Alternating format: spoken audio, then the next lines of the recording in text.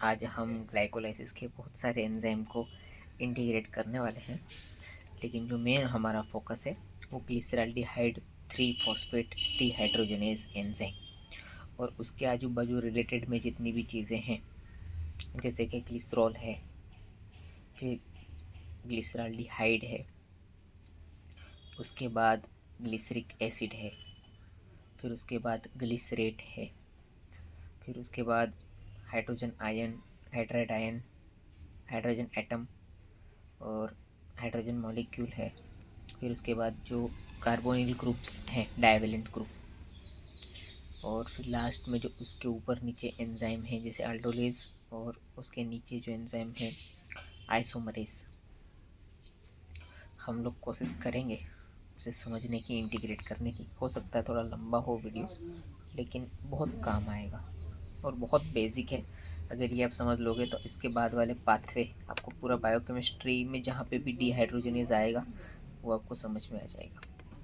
अब देखो यहाँ पे जो है ना ग्लिसरॉल, समझाने के लिए है जस्ट ग्लिसरॉल बेसिक स्ट्रक्चर, ताकि फिर हम यहाँ से ग्लिसरॉल को समझेंगे, फिर 3-फॉस्फोग्लिसरॉल को समझेंगे और फिर उसके बाद ग्लिसरॉल्डिहाइड।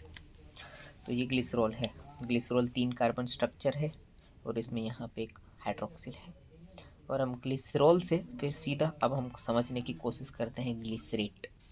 तो ग्लिसरेट क्या है? ग्लिसरेट क्या करेगा? ग्लिसरेट जो है वो एस्टर है ग्लिसरिक एसिड का। एस्टर किसे कहते हैं? जो सबसे पहला वीडियो हमने बनाया था वो एस्टर पे बनाया था। एक एसिड होगा, एक अल्कोहल होगा, यहाँ से H हट जाएगा और यहाँ से OH हट जाएगा, मीन्स H2O रिमूव हो जाएगा और जो बचेगा COO और माइनस, उससे बोलेंगे एस्टर। ये वीडियो आगे बनाया है, लेकिन जस्ट एक थोड़ा सा रिवाइज कर लेते हैं ताकि अच्छा रहेगा, क्योंकि बायोकेमिस्ट्री कैसा है कि जितना भी हम याद करेंगे उतना भूल जाएंगे।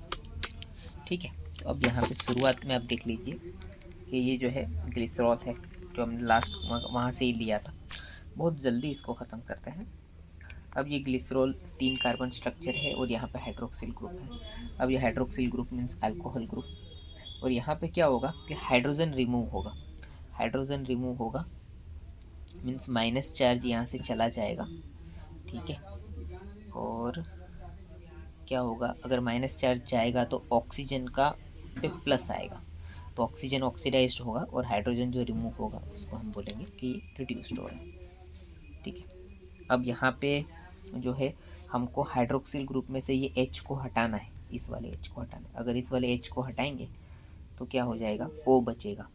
तो यहाँ पे जो ये OH ग्रुप है, हाइड्रोक्सिल ग्रुप, इसकी जगह पे क्या हो जाएगा,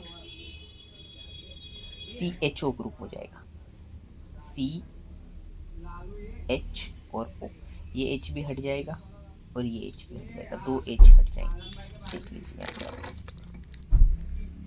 ठीक है, ये ग्लिसरॉल्डिहाइड यहाँ पे CHO ग्रुप हो जाएगा, ऑक्सीडाइजेशन से होगा, ये भी यहाँ पे 3 कार्बन है। अब यहाँ पे ग्लिसरॉल्डिहाइड हो गया, ये हमको आगे समझना है। यहाँ से फिर जो है डिहाइड्रोजनेज एंजाइम इस पे काम करेगा। अब जो है ग्लिसरॉल्डिहाइड हो गया।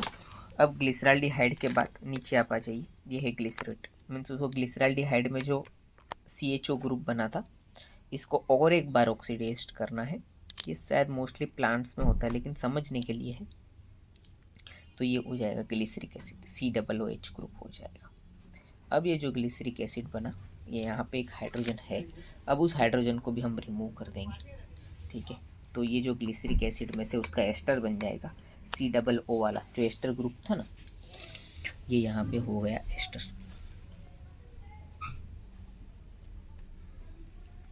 तो ये हो गया, ये कार्बोक्सिल ग्रुप बोल सकते हो आप, और ये जो है एस्टर बनेगा यहाँ पे।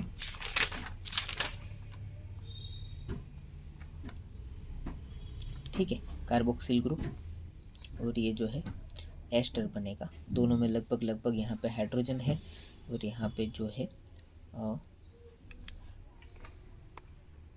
कार्बोक्सिल ग्रुप और एस्टर में कितना फ़र्क है, यहाँ पे हाइड्रोजन रहेगा और यहाँ पे अगर कोई और मॉलिक्यूल रहेगा तो उसको हम बोल देंगे एस्टर। ठीक है, COO। और कीटोन और अल्डिहाइड तो मोस्टली आपको पता ही है। कीटोन में CHO, अरे CO, और अल्डिहाइड में CHO, और फिर कीटो का क्या होगा कि अगर डबल कार्बन पे डबल बॉन्ड बन जाएगा, 2 कार्बन के बीच में डबल बॉन्ड बन जाएगा, तो वो 2 कार्बन के बीच को N बोलते हैं। और फिर ये हाइड्रोक्सिल है, इसकी वजह से इसको बोलेंगे एनॉल। ये बाद में समझेंगे, ठीक है। तो यहाँ पे हम 3-फॉस्फोग्लिसरेट पे तक आ गए। अब ये दोनों चीज़ आपको थोड़ी समझनी है, 3-फॉस्फोग्लिसरेट और जो है ग्लिसरॉल्डिहाइड। 3-फॉस्फोग्लिसरेट पे क्या है, यहाँ पे आप कार्बोक्सिल ग्रुप बोल सकते हो, ठीक है, या फिर एस्टर उस तरह का ही है, ठीक है, कार्बोक्सिल ग्रुप। और यहाँ पे जो है एल्डिहाइड ग्रुप है, किस में है, ग्लिसरॉल्डिहाइड, ठीक है। अब जो है ये भी हमने समझ लिया। अब एकदम बेसिक में हमको ये 4 चीज़ें समझनी है, hydrogen ion, hydride ion, atom और मॉलिक्यूल। देखिए हाइड्राइड आयन क्या होगा, नेगेटिव होगा। नेगेटिव किस लिए होगा कि प्रोटॉन के साथ 2 इलेक्ट्रॉन, ठीक है, ये प्रोटॉन है और यहाँ पे ऊपर नीचे 2 इलेक्ट्रॉन। तो हाइड्राइड आयन में 2 इलेक्ट्रॉन होंगे, हाइड्रोजन आयन में इलेक्ट्रॉन होगा ही नहीं, सिर्फ प्रोटॉन। एटम क्या होगा, एक प्रोटॉन और एक इलेक्ट्रॉन, प्रोटॉन और इलेक्ट्रॉन। और अगर ये 2 एटम जमा हो जाएंगे, यहाँ पे 2 एटम जमा हो जाएंगे, 2 एटम हो जाएंगे, तो फिर वो बन जाएगा मॉलिक्यूल H2, उसमें 2 प्रोटॉन और 2 इलेक्ट्रॉन, ठीक है। अब ये इसका समझ लीजिए आप।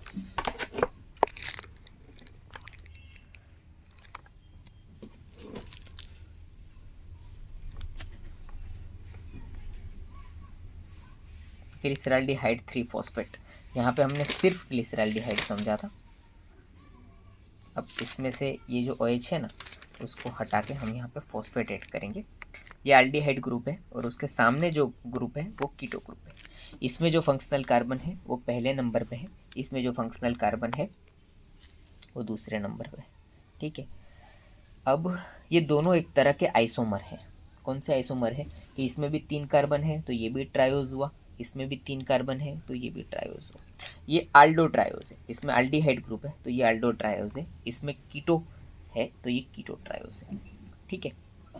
इसको डाईहाइड्रोक्सी एसीटोन क्यों बोलते हैं, ये 2 हाइड्रोक्सी, ये 3 कार्बन है, उसकी वजह से एसीटोन, 3 कार्बन और साथ में कीटो ग्रुप भी है, उस वजह से एसीटोन। और फिर यहाँ पे फॉस्फेट लगा हुआ है पहले कार्बन पे, इसके लिए फॉस्फेट,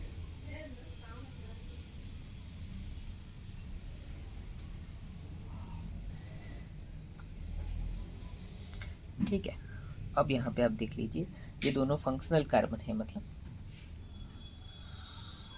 ये दोनों फंक्शनल आइसोमर्स है, और उस पर जो एंजाइम काम करेगा वो ट्रायोस फॉस्फेट आइसोमरेज, इसी नंबर 5 फंक्शनल कार्बन है, ट्रायोस फॉस्फेट आइसोमर। और अगर इसका ऊपर वाला अगर एक हम रिएक्शन पकड़ लें, अगर फ्रुक्टोज 1,6-bis फॉस्फेट में से जब ये बनेगा तो वहाँ पे जो एंजाइम काम करेगा वो आल्डोलेज ए।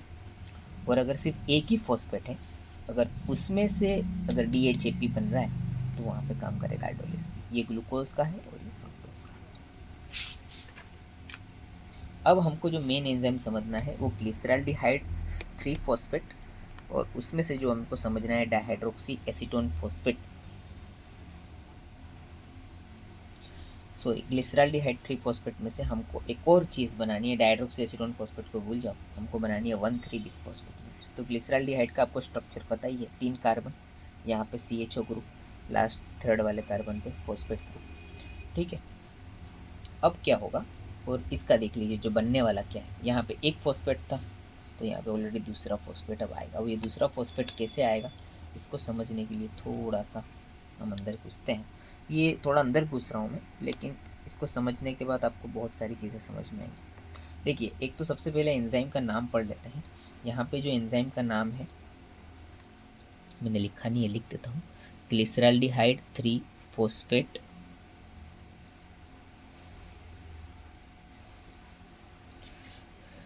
डीहाइड्रोजनेस, ठीक है। अब ये रेयर एंजाइम है, रेयर और स्पेशल एंजाइम है, क्योंकि एक तो ग्लाइकोलिसिस के ये जो शुरुआत के 3-4 स्टेप होते हैं, बिजनेस करने वाला, इन्वेस्टमेंट करने वाला, वो फेज़ ख़त्म हो जाता है, अब जो है पैसा आने वाला स्टेप। लेकिन यहाँ पे हाइड्रोजनेज में मोस्टली हाइड्रोजनेज करने के लिए हमको ATP की ज़रूरत पड़ती है, लेकिन यहाँ पे ATP बनते हैं और वो भी 5-5 ATP। मोस्टली हमको फॉस्फेट ऐड करने के लिए कोई भी जगह पे हमको एटीपी चाहिए होता है, लेकिन यहाँ पे जो फॉस्फेट हो रहा है वो इनऑर्गेनिक फॉस्फेट की वजह से ऐड हो रहा है। ठीक है, तो एक तो रेयर है, उल्टा काम कर रहा है। यहाँ पे जहाँ एटीपी खर्चा होना चाहिए वहाँ पे एटीपी बन रहा है, और फॉस्फेट ऐड करने के लिए एटीपी चाहिए है उसकी जगह पे वो इनऑर्गेनिक फॉस्फेट मीन सेल के अंदर जो फॉस्फेट पड़ा है जो कार्बन से नहीं आता उसको ऐड करते हैं, लेकिन सब जगह पे ऐसा नहीं होता। ठीक है, अब क्या होगा कि ये जो ग्लिसरॉल्डिहाइड 3 फॉस्फेट है उसमें जो ये CHO ग्रुप है वहाँ से H माइनस रिमूव होगा। H माइनस हमने अभी आपको आगे बताया कि वहाँ पे एक प्रोटॉन होगा और 2 इलेक्ट्रॉन होंगे। अगर ये H माइनस रिमूव होगा उसका मतलब हाइड्रोइड आयन रिमूव होगा, तो वो हाइड्रोइड आयन क्या करेगा, NAD, ये इलेक्ट्रॉन्स को लेने के लिए कोई तो आएगा, लड़की को लेने के लिए कोई तो आता ही है, तो उसको NAD आएगा। और NAD क्या करेगा, अब ये NAD से सबसे पहले H प्लस उसके साथ इंटीग्रेट करेगा, NAD प्लस और H प्लस। तो H प्लस में से एक इलेक्ट्रॉन आप यहाँ भेज दीजिए, तो ये हो जाएगा NAD प्लस में से NAD, और एक हाइड्रोजन बचा हुआ हो जाएगा। ये माइनस चार्ज यहाँ पे आ गया और हाइड्रोजन बचा हुआ, तो फिर ये बच गया NADH, और फिर ये 2 NADH 2.5 के हिसाब से इलेक्ट्रॉन ट्रांसपोर्ट चेन में जाके ATP बनाएंगे, और यही सबस्ट्रेट लेवल फॉस्फोराइलेशन है। अब यहाँ पे एक और चीज़ जो हमें समझनी है कि इतना ही रिलीज़ नहीं होता, यहाँ पे एक हाइड्रोजन आयन भी रिमूव होता है। ये हाइड्रोजन आयन आपको कहाँ दिखेगा, यहाँ पे H माइनस जो है रिमूव हो रहा है, यहाँ पे जो NADH बन रहा है ना, तो इसकी जगह पे ये जो रिएक्शन कंप्लीट होगा तो एक हमको H प्लस भी मिल रहा है। तो ये H प्लस कहाँ से आ रहा है भाई, देखिए ये H प्लस जो है क्या हो रहा है कि जब यहाँ से H माइनस रिमूव होगा ना, H माइनस रिमूव होगा तो ये क्या हो जाएगा,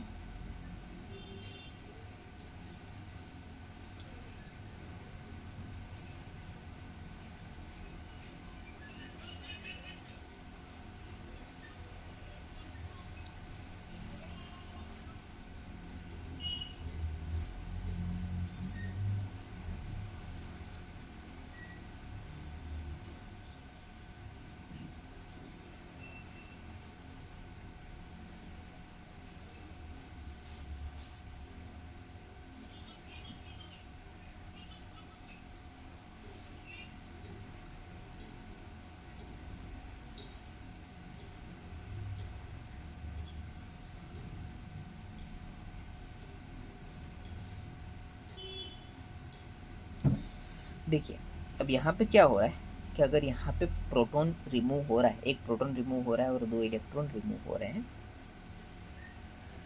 तो अब हाइड्राइड आयन यहाँ पे रिमूव हो जाएगा तो ये स्ट्रक्चर इनस्टेबल हो जाएगा, क्योंकि यहाँ पे माइनस हट रहा है। ठीक है ना, यहाँ पे माइनस हट रहा है, हाइड्राइड आयन यहाँ से हट रहा है तो इनस्टेबल हो रहा है। तो उसकी स्टेबिलिटी को मेंटेन करने के लिए क्या होगा कि सराउंडिंग में से, मतलब ये G3P का मॉलिक्यूल नहीं है, हाइड्रोजन ये ग्लिसरॉल्डिहाइड 3 फॉस्फेट से रिलीज नहीं हो रहा, ठीक है, वो सराउंडिंग वाटर में से वो रिलीज होगा, वाटर, और उसके बाद क्या हो जाएगा, वो प्रोटोनेशन कर देगा हाइड्रोजन का। ठीक है, तो प्रोटोनेशन हो जाएगा हाइड्रोजन का, तो उससे क्या हो जाएगा, G3P स्टेबिलाईज हो जाएगा। फिर वो स्टेबिलाईज G3P जैसे ही होगा तो फिर इनऑर्गेनिक फॉस्फेट यहाँ पे पॉजिटिव आयन आ जाएगा, तो वैसे ही वहाँ पे इनऑर्गेनिक फॉस्फेट उसको अटैच करने के लिए यहाँ पे आ जाएगा, और 1,3 बिस्फोस्फोग्लिसराइड, बस अब म्यूजिकल चेयर की तरह समझिए। यहाँ से हाइड्राइड आयन रिमूव होगा तो उसको कलेक्ट करने के लिए NAD आएगा, फिर ये जगह खाली हो जाएगी तो वहाँ पे जो है प्रोटॉन आके बैठ जाएगा। जैसे यहाँ पे एक H प्लस रिमूव हो रहा है तो वहाँ पे उस जगह पे कुछ S प्लस की जगह पे एक प्रोटॉन आके यहाँ पे बैठ जाएगा। ये प्रोटॉन रिमूव हो रहा है उसकी जगह पे वाटर में से प्रोटॉन आके बैठ जाएगा, और इसी की वजह से फिर जो pH में चेंजेस आते हैं, अगर pH में गड़बड़ हो गया, एनवायरनमेंट में गड़बड़ हो गया तो इस रिएक्शन पे गड़बड़ होगा। फिर जैसे ही उस pH रिमूव होगा तो वहाँ पे दूसरा एक इलेक्ट्रॉन आके बैठ जाएगा, और यहाँ पे देखिए एक नया फॉस्फेट ऐड हो रहा है। ये तो एक फॉस्फेट यहाँ पे था ही, एक नया फॉस्फेट ऐड हो रहा है, मीन्स ये 1,3 बिस्फोस्फोग्लिसराइड। ठीक है, तो ये एक हमारा डिहाइड्रोजनेस रिएक्शन है, उसमें समझने के लिए स्पेशल एंजाइम है। उसके बाद जहाँ खर्चा होना चाहिए वहाँ पे बन रहा है। तीसरा इनऑर्गेनिक फॉस्फेट ऐड कर रहा है। चौथा ये चीज़ समझनी है कि जहाँ पे हाइड्राइड आयन रिमूव होगा तो ये प्रोटॉन की जो डिस्टेबिलिटी होगी उसको संभालने के लिए एक बाहर से पानी में से प्रोटॉन आ जाएगा, फिर वो प्रोटॉन भागेगा, वो प्लस माइनस को, वो प्रोटॉन को वो चला जाएगा, हाइड्रोजन यहाँ से चला जाएगा और इनऑर्गेनिक फॉस्फेट यहाँ पे आके अटैच कर जाएगा और ये बनेगा 1,3 बिस फॉस्फोग्लिसरेट। फिर ये दोनों फॉस्फोग्लिसरेट टूटेंगे अभी ग्लाइकोलिसिस में आगे और वहाँ से और एनर्जी बनेगी। ठीक है, एक चीज़ और समझनी है कि ये 2 मॉलिक्यूल है ना। वैसे यहाँ पे एक ही NADH रिलीज होता है, लेकिन ग्लाइकोलाइसिस में क्या होता है, यहाँ पे 2 मॉलिक्यूल हो जाता है, क्योंकि आगे हमने देखा ना कि फ्रुक्टोज 6 फॉस्फेट में से, फ्रुक्टोज 1,6 बिस फॉस्फेट में से ग्लिसरॉल्डिहाइड 3 फॉस्फेट और डाइहाइड्रोक्सी एसीटोन फॉस्फेट मीन्स वो DHA भी ग्लिसरॉल्डिहाइड 3 फॉस्फेट हो जाएगा इंटरकन्वर्ट होके, मतलब 2 फॉस्फेट, ये 2 मॉलिक्यूल है ग्लिसरॉल्डिहाइड 3 फॉस्फेट के। ठीक है, और ये 1,3 बिस फॉस्फेट ग्लिसरेट के भी 2 मॉलिक्यूल बने, इसकी वजह से यहाँ पे 2 NADH रिलीज होंगे। Okay, so thank you.